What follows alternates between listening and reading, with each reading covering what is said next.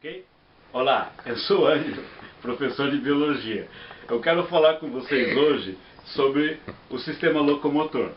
E para isso nós temos que falar de esqueleto, e do sistema muscular. Tá? Então, primeiro a parte do esqueleto. Ok? Então, vamos fazer uma breve colocação a respeito da função do esqueleto. Você sabe que o esqueleto tem uma função importante na proteção do corpo? Pois é. Imagine, por exemplo, o crânio, a caixa craniana. Ela protege a parte do cérebro, que faz parte do encéfalo, o sistema nervoso central, uma parte que fica dentro da cabeça. Outra coisa, você pensa, por exemplo, no coração e nos pulmões. Eles estão protegidos pela caixa torácica. Então a caixa torácica é um conjunto de ossos que faz a proteção do coração e dos dois pulmões. Você tem também a medula, a medula espinhal, não a medula óssea, a medula espinhal. Essa medula espinhal ela tem a função de coordenar algumas coisas que acontecem no corpo. Então, ela é protegida pela coluna vertebral. Então, o osso ele tem uma característica de ser duro, de ser resistente.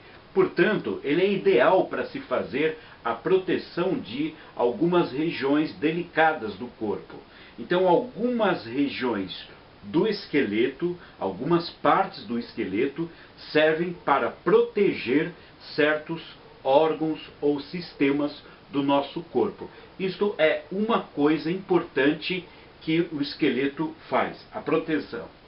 Outra coisa que é muito fundamental, muito básica da gente entender, é que o esqueleto é responsável pela locomoção, pelos movimentos. É claro, o esqueleto é um conjunto de ossos. Então, cerca de 206 ossos no indivíduo adulto. Tá? E então, a gente realiza o movimento usando o esqueleto e o músculo. Na verdade, gente, o músculo faz do esqueleto uma alavanca.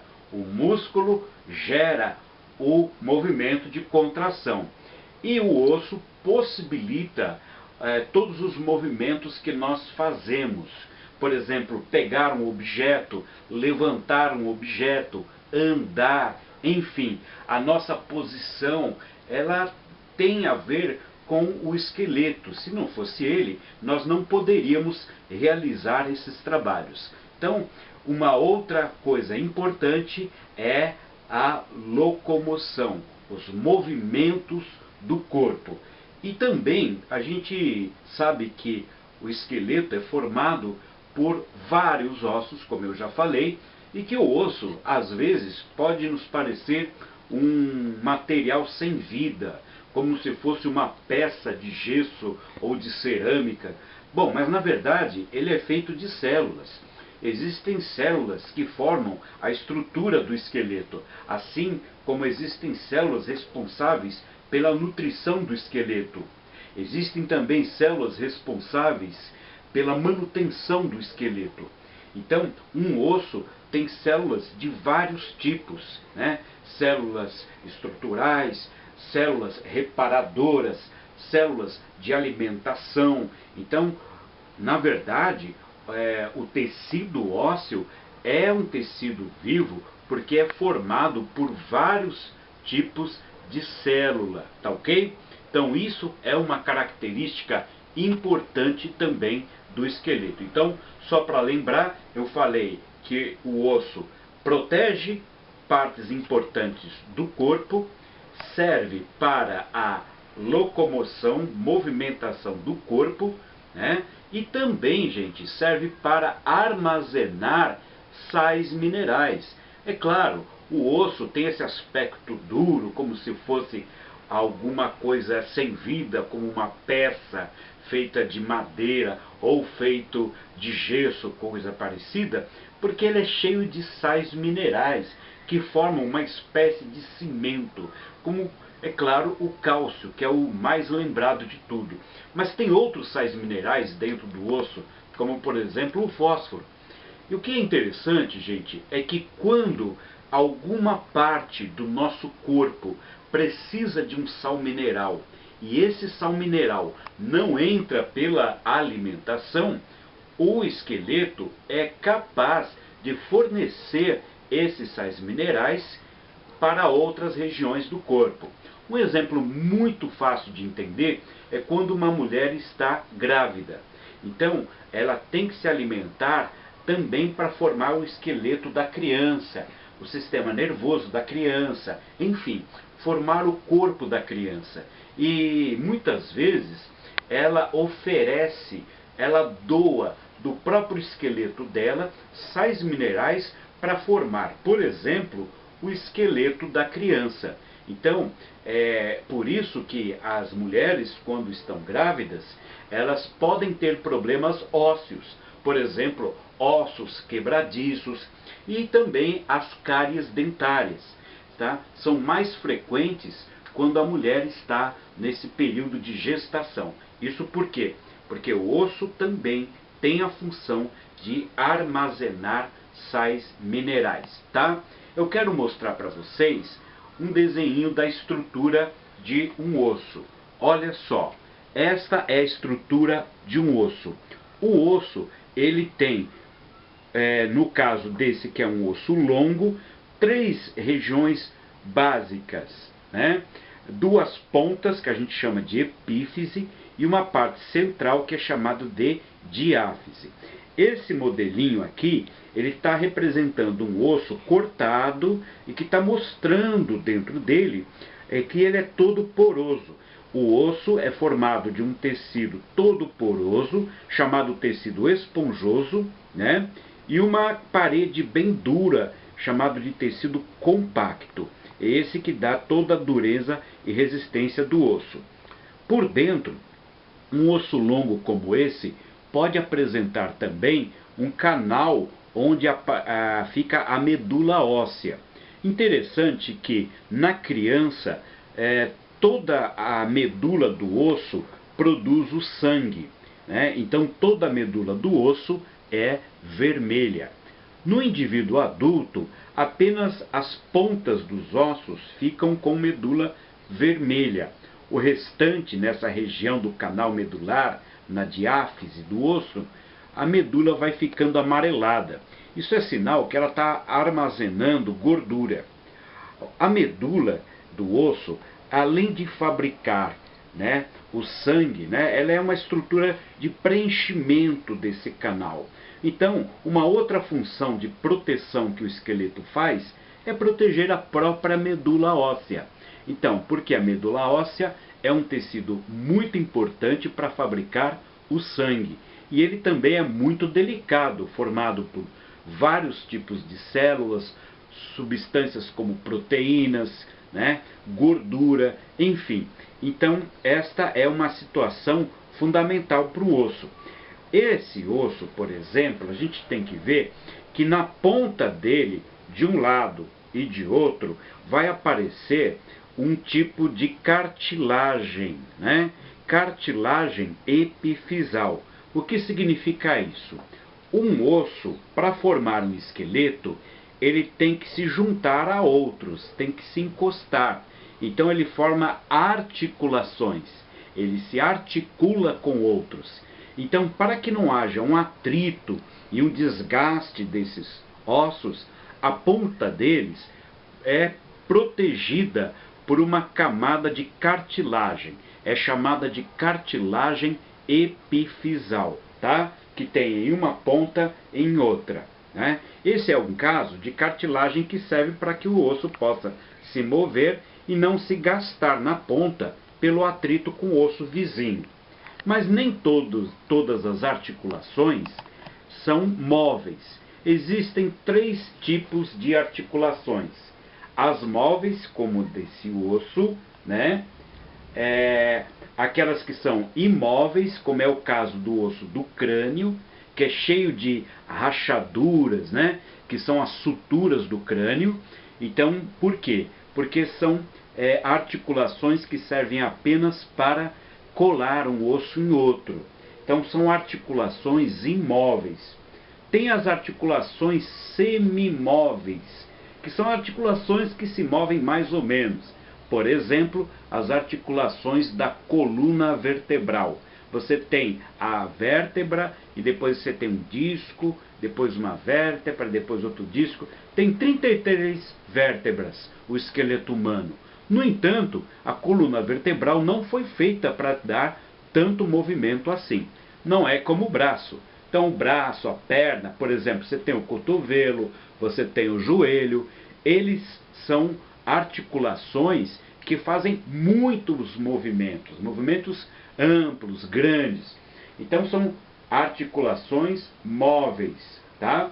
Então não esqueçam, você tem articulações imóveis, como a do crânio, as articulações semimóveis, como da coluna vertebral, e as articulações móveis, como dos braços, né, das pernas, né, e assim por diante. Nas articulações móveis, é bem visível ver essas articulações, essas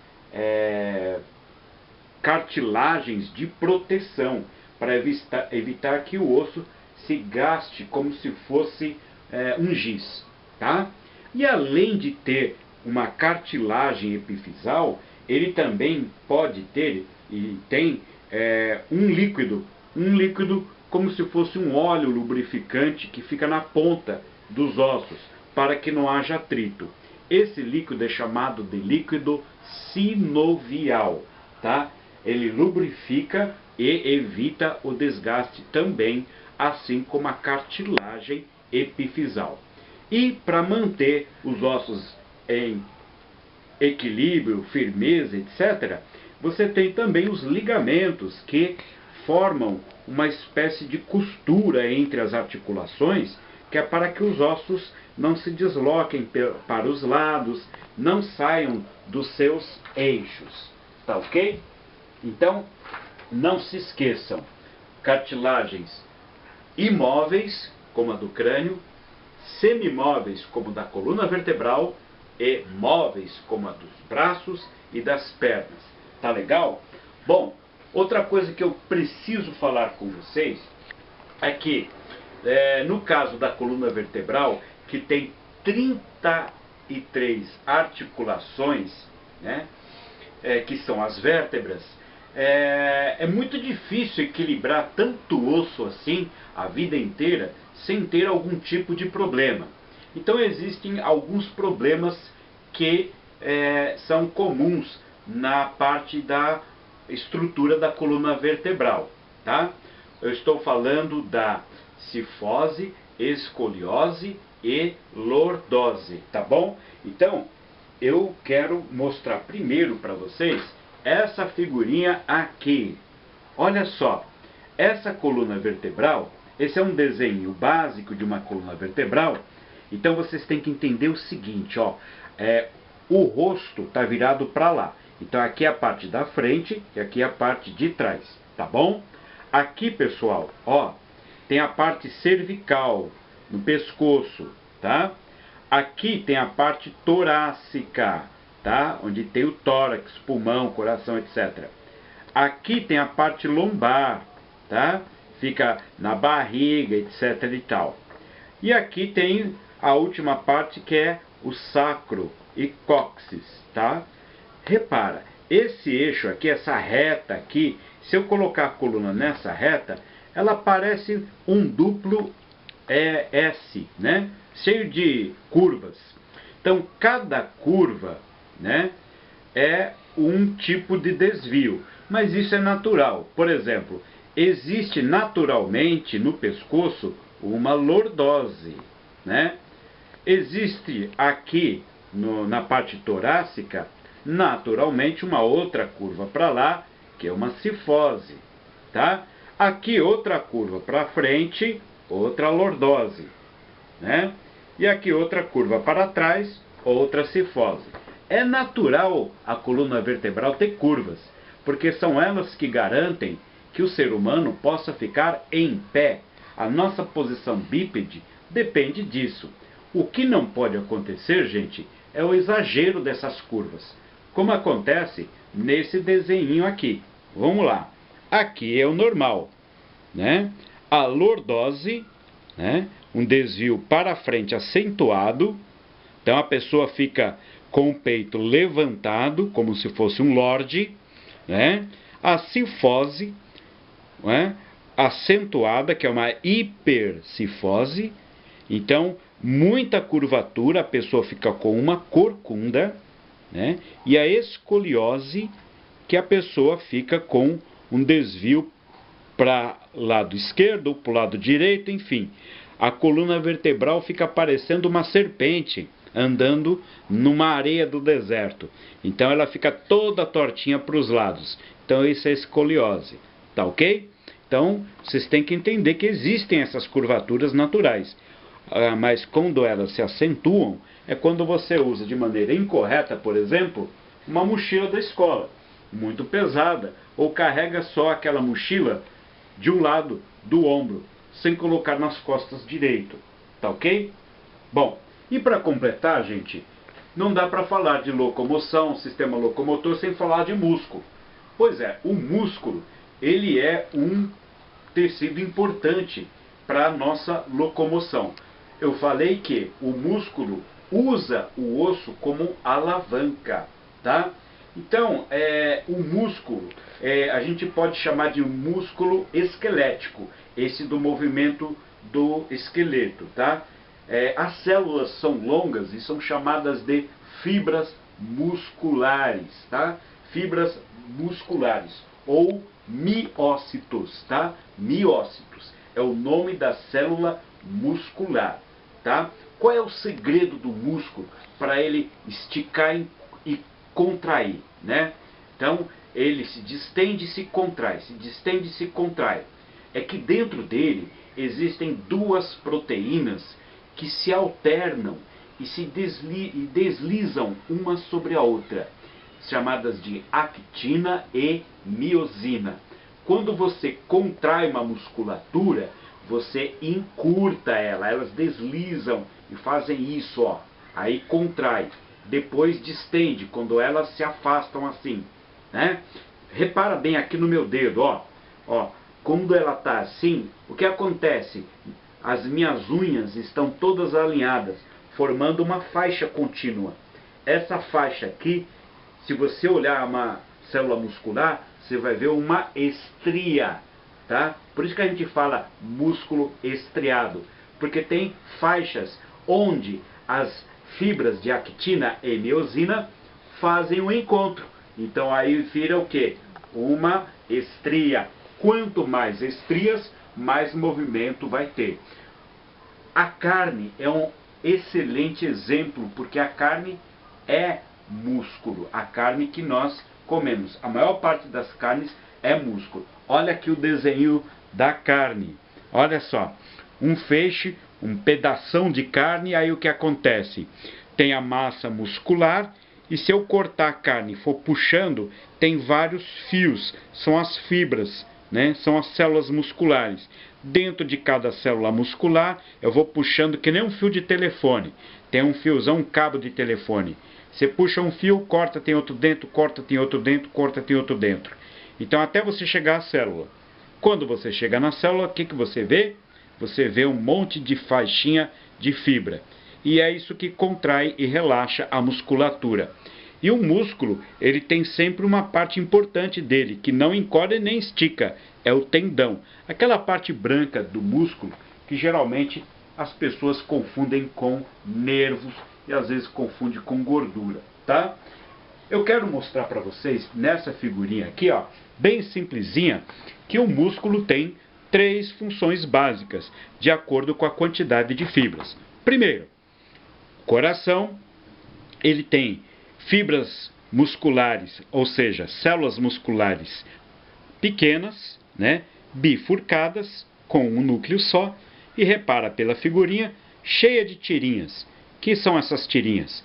Onde as fibras de actina e miosina se encontram, tá? É um músculo que tem muita fibra? É, então ele é rápido. Todo músculo que tem muita fibra é rápido. Então ele é rápido, mas não obedece à nossa vontade. Então ele é o quê? Involuntário. Involuntário. Esse aqui, esse cilindro, cheio de manchinha roxa é porque cada uma delas é um núcleo. É o músculo, a célula muscular esquelética. A célula muscular esquelética, ela é um cilindro único que fica junto em feixes. Esse feixinho aqui de músculo, ele tem várias fibras, então ele é rápido. Se tem muita fibra, é rápido. Então ele vai ter várias fibras, é rápido. Porém, é a gente que comanda ele, então ele é rápido e voluntário. E aqui, uma célula muscular lisa, igual a que aparece no estômago, que faz o peristaltismo. Quem está estudando o músculo provavelmente já estudou digestório. Sabe que tem os movimentos musculares do intestino, do estômago, que são os movimentos peristálticos. Esses movimentos peristálticos fazem o alimento ser amassado. Você pensa para amassar o alimento no seu estômago? Não. Então ele é involuntário. Você está vendo alguma fibra aqui, algum risquinho aqui na célula muscular lisa? Não. Por isso que ela tem esse nome, lisa. Poucas fibras de actina e miosina. Por isso ela é lenta, tá? Por isso é que ela é lenta. Então, músculo cardíaco rápido é involuntário. Músculo estriado esquelético rápido e voluntário. Músculo liso, lento e involuntário. E não se esquecendo que o músculo ele está preso aos ossos, formando o sistema locomotor, né, por tendões, que são essas partes brancas aqui. O tendão tem sempre um tendão fixo e um tendão móvel, como aqui o bíceps, né, e o tríceps, que é a parte posterior do braço. Então, o que vai acontecer aqui? O músculo contrai, essa parte levanta. Repare como o tendão ele cruza a articulação, né, que aqui é o cotovelo. Então ele puxa essa parte para cima, mas ele é preso aqui. Sempre o músculo tem dois tendões para prender, que é a parte fixa, e um tendão para movimentar o outro. É aí que eu falei. O músculo usa o osso como um sistema de alavancas. Tá ok? Bom, gente, então é isso, tá? Para a gente fazer um estudo básico sobre sistema locomotor, tá ok? Até uma próxima, então, um abraço, tchau!